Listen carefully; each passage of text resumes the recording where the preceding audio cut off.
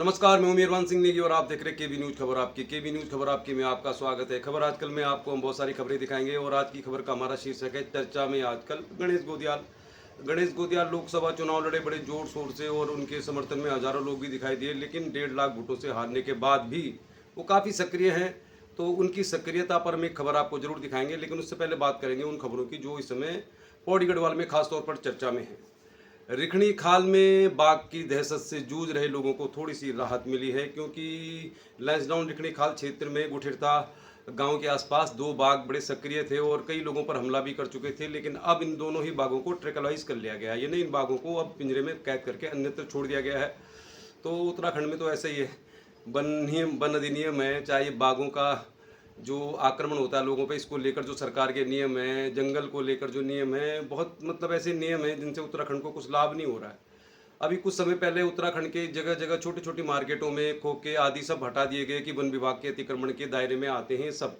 लेकिन लैंसडाउन जयरीखाल जैसी जगहों में कई फ्लोर के होटल बन रहे हैं, कई बिल्डिंगें बन रही हैं, तो वहाँ पर कोई नियम ऐसा लगता है कि इतनी आसानी से फॉलो नहीं होता। अब लैंसडाउन जयरीखाल में मार्ग के बीच में एक होटल बन रहा है, मतलब हिंदुस्तान का सबसे बड़ा लग्जरी ब्रांड हयात का एक होटल बन रहा है, जिसमें हज़ारों स्क्वायर फीट भूमि एक्वायर की गई है।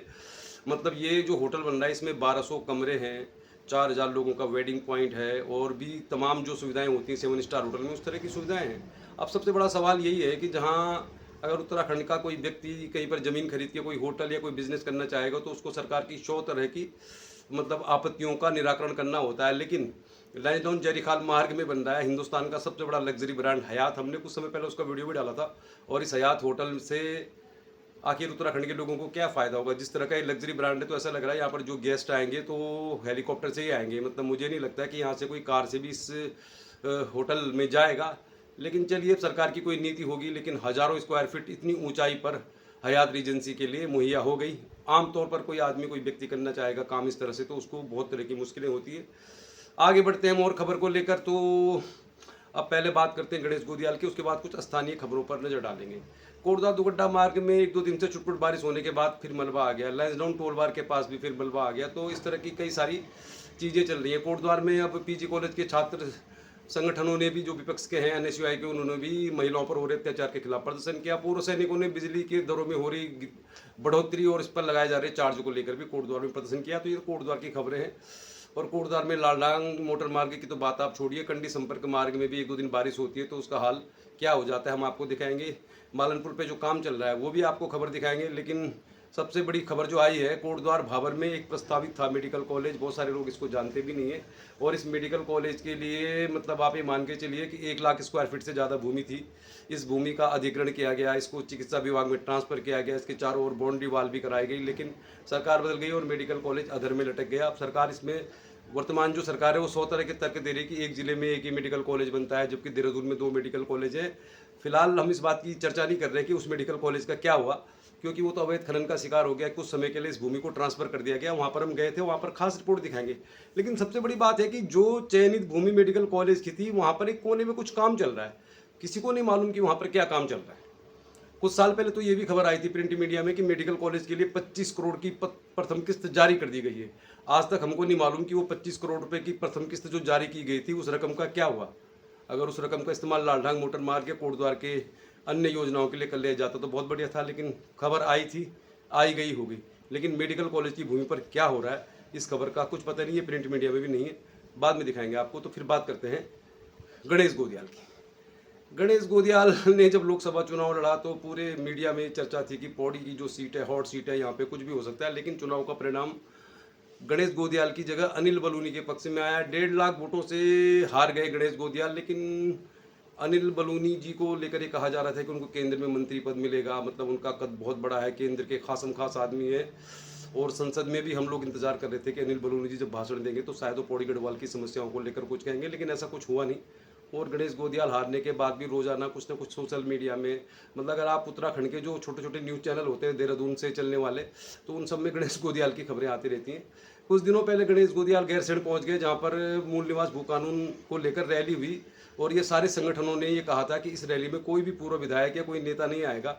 इसके बावजूद गणेश गोदियाल वहाँ पहुंचे, उन्होंने खूब सारा भाषण भी दिया।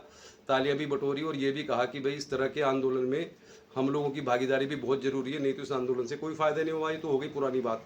अब गणेश गोदियाल पहुंच गए ऋषिकेश एम्स में, जहां पे योगेश डिमरी जो एक पत्रकार हैं ऋषिकेश के, उनके ऊपर शराब माफिया ने हमला कर दिया। वो इंजर्ड हो गए, उनके जबड़े फ्रैक्चर हो गए, शरीर के कई जगह चोट लगी और उनको एम्स में भर्ती कराया गया।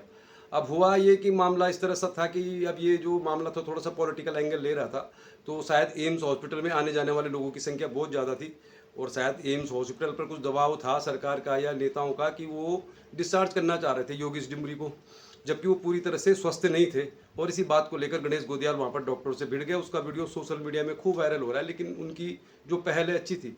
जब कोई व्यक्ति हॉस्पिटल में एडमिट है, पूरी तरह से फिट नहीं है, ठीक नहीं है, तो उसको डिस्चार्ज करने का क्या मतलब। बाद में खूब सारी बहस हुई, खूब सारी बातें हुई और उसके बाद हॉस्पिटल ने योगेश डिमरी को वहीं रखने के लिए राजी हो गए। वो तो कुल मिला के गणेश गोदियाल चर्चा में रहते हैं, सक्रिय रहते हैं। अब इसका क्या फ़ायदा मिलेगा। उत्तराखंड में आने वाले समय में पंचायत के चुनाव हैं, निकाय चुनाव हैं, केदारनाथ में भी एक विधानसभा सीट पर चुनाव होना है। अब देखते हैं इसका क्या कुछ असर होता है, ये तो भविष्य के गर्त में। लेकिन फिलहाल गणेश गोदियाल आज भी चर्चा में है। अब बात करते हैं कोटद्वार की।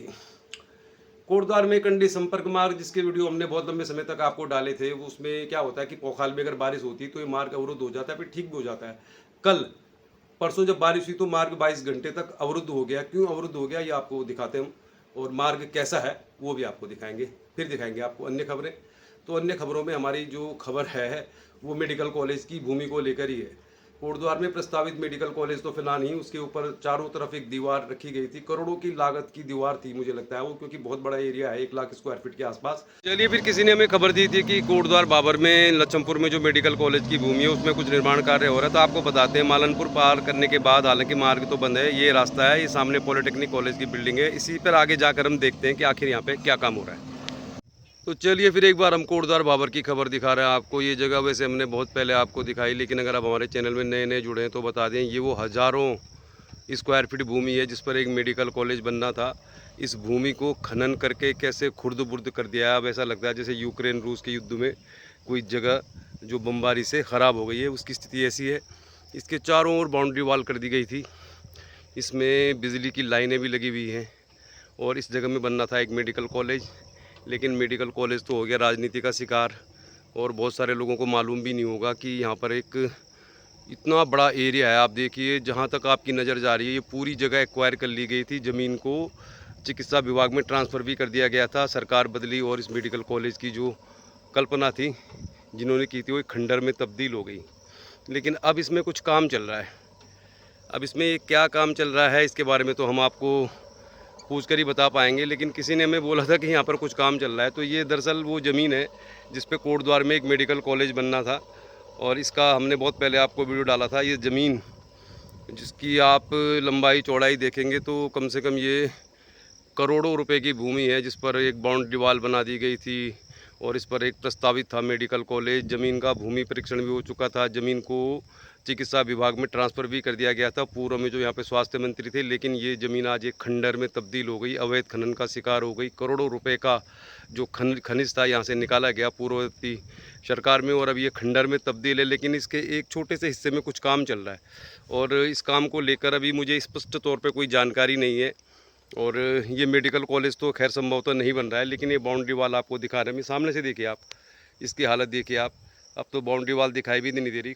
करोड़ों रुपए की लागत से बनी हुई इस ज़मीन को जिस तरह से खुर्द बुर्द किया गया। और कोटद्वार में जो लोग अभी नए नए आए उनको तो मालूम ही नहीं है कि कोटद्वार में एक मेडिकल कॉलेज भी प्रस्तावित था, जिसके लिए भूमि ट्रांसफ़र कर दी गई थी लच्छमपुर में।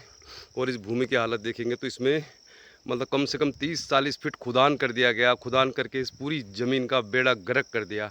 और इस तरह कोटद्वार बाबर के सारे काम की हालत यही है। आप लालडांग मोटर मार्ग को देख लें, कण्वाश्रम को देख लें, मोटर नगर के गड्ढे को देख लें, सब जगह स्थिति ऐसी है।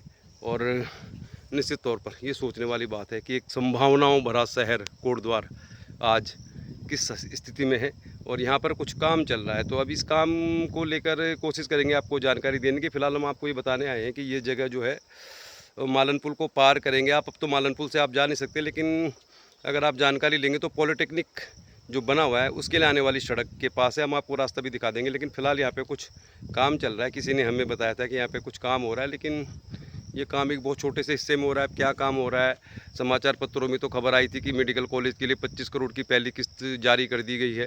अभी किसी भी मीडिया प्लेटफॉर्म पर ये खबर नहीं आ रही है कि आखिर यहाँ पे क्या काम हो रहा है, लेकिन यहाँ पे कुछ काम हो रहा है। बाकी स्थिति देखिए आप, स्थिति बहुत ख़राब है।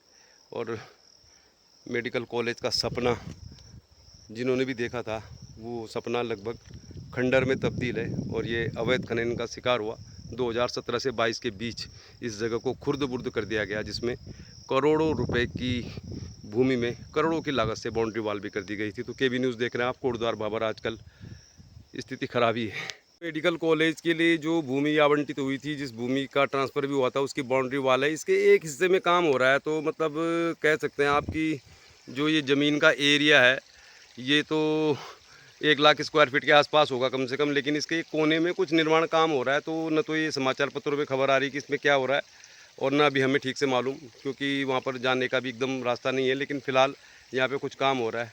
बाकी तो स्थिति आप खुद ही देख लीजिए कैसी है। और आप इस जगह को अगर आना चाहेंगे कभी घूमते घामते, तो इसमें रास्ता तो बहुत ख़राब है। लेकिन पॉलिटेक्निक कॉलेज आप किसी को पूछ लीजिए तो पॉलिटेक्निक कॉलेज वाले रोड पर ही आगे जाके एक जगह है, लाखों स्क्वायर फीट, जहाँ पर बनना था एक मेडिकल कॉलेज। शायद जो लोग कोटद्वार में भी कुछ ही साल पहले आए होंगे, उनको मालूम भी नहीं होगा कि कितनी शानदार एक योजना थी, कल्पना थी कि कोटद्वार भाबर में बने मेडिकल कॉलेज। आरंभिक प्रक्रिया पूरी भी हो गई थी, लेकिन ठंडे बस्ते में चला गया ये। अब इसमें कुछ काम हो रहा है। क्या काम हो रहा है मैं इसको आपको बता नहीं सकता, और वहाँ पर जो लेबर लगी उनको मालूम भी नहीं है। तो चलिए उम्मीद करते हैं कुछ अच्छा ही होगा। चलिए सुबह सुबह की खबर में आपको दिखाते हैं कंडी संपर्क मार्ग की क्या स्थिति है। और ये मार्ग कल से ही बाधित है। क्यों बाधित है, क्या है परेशानी, बताएंगे आपको। केबी न्यूज़ देख रहे हैं आप। कोटद्वार भाबर का कंडी संपर्क मार्ग हमेशा ही चर्चा में रहा है, और फिलहाल 1-2 दिन से हो रही बारिश की वजह से मार्ग बंद है। वैसे ही मार्ग जब बंद होता है तुरंत खुल भी जाता है, लेकिन अभी थोड़ा इसमें मुश्किल है। देखिए फिर दिखाते हैं आपको। फिलहाल इस मार्ग से न जाएँ आप। 1-2 दिन से बारिश हो रही है पहाड़ की ओर, और मालन में पानी जब पोकाल की साइड बारिश होती है तो तभी बढ़ता है। और इसमें पानी बहुत ज़्यादा तो नहीं है, मतलब पानी है, बहुत ज़्यादा नहीं है। लेकिन आपको दिखाते हैं मार्ग जहाँ सबसे बड़ी परेशानी है। वैसे तो ये मार्ग आप इधर से भी देखेंगे तो काफ़ी धंस गया है, खराबी है, इसमें पानी ज़्यादा नहीं है। लेकिन इसके बावजूद आप देखेंगे मार्ग बंद हो गया है, क्योंकि जो सबसे बड़ी बाधा है इस मार्ग की, वो हल्दू खाता वाला मोड़ है, जहाँ पर किसी तरह से पानी को डाइवर्ट किया गया था। लेकिन अब ये जो पानी है मालन का, ये अपनी दिशा कभी भी बदल देता है, इसलिए ये मार्ग बंद हो गया है फिलहाल, क्योंकि इसमें पानी आ गया है। और दिखाते हैं आपको कहाँ पर है सबसे ज़्यादा परेशानी। अब देखिए आप, ये छोर है जो जहाँ पर सबसे ज़्यादा परेशानी रहती है। हालांकि इस रूट पे पानी को डाइवर्ट कर दिया गया था, काफ़ी समय से पानी साइड आ नहीं रहा था, लेकिन अब मालन के पानी को आप हमेशा नहीं रोक सकते। पानी इधर से आने लगा है और इधर काफ़ी पानी आ गया है। तो अब ये जो संपर्क है, ये देखिए आप, हल्दू खाता मोड़, और ये छोर है जो, ये पूरी तरह से क्षतिग्रस्त हो गया है। तो फिलहाल ये रास्ता आवागमन के लिए बंद है, और इसके हो सकता है कि खुल जाए, शाम तक कह नहीं सकते। लेकिन फ़िलहाल ये मार्ग कोटद्वार भाबर का कंडी संपर्क मार्ग आवागमन के लिए बंद हो गया है। एक बार फिर क्षतिग्रस्त हो गया मार्ग। और देखिए आप, काफ़ी पानी, इस पानी को दरअसल आगे से डाइवर्ट कर दिया गया। तो थोड़ा आगे से देखिए आप, जूम करके दिखाता हूँ आपको मैं। लेकिन पानी का जो रुख है ये फिर इधर आ गया। ये इस तरह से यहाँ पे रेत बजरी के ढेर लगाकर पानी को कॉजवे के नीचे से निकाला जा रहा था। लेकिन रात को पानी तेज़ आया कल दिन में, और पानी फिर इस साइड आने लगा। तो कॉजवे आधा अधूरा बना हुआ है, इसलिए मार्ग हमेशा बाधित हो जाता है। फिलहाल ये मार्ग देखिए आप, स्थिति देखिए इसकी।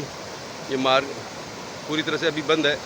हो सकता है पानी जब कम हो जाए तो शाम को या कल तक ये मार्ग खुल जाए, लेकिन फ़िलहाल ये बंद है। अब आपको रास्ते की स्थिति दिखा देते हैं। तो चलिए आपको रास्ते की स्थिति भी दिखा देते हैं। रास्ता भी काफ़ी ख़राब है। वैसे तो ये रास्ता हमेशा ही मतलब ऐसा रहा कि मुश्किल भरा रहा, लेकिन अभी थोड़ा 1-2 दिन से बारिश हो जाने से मुश्किल में है।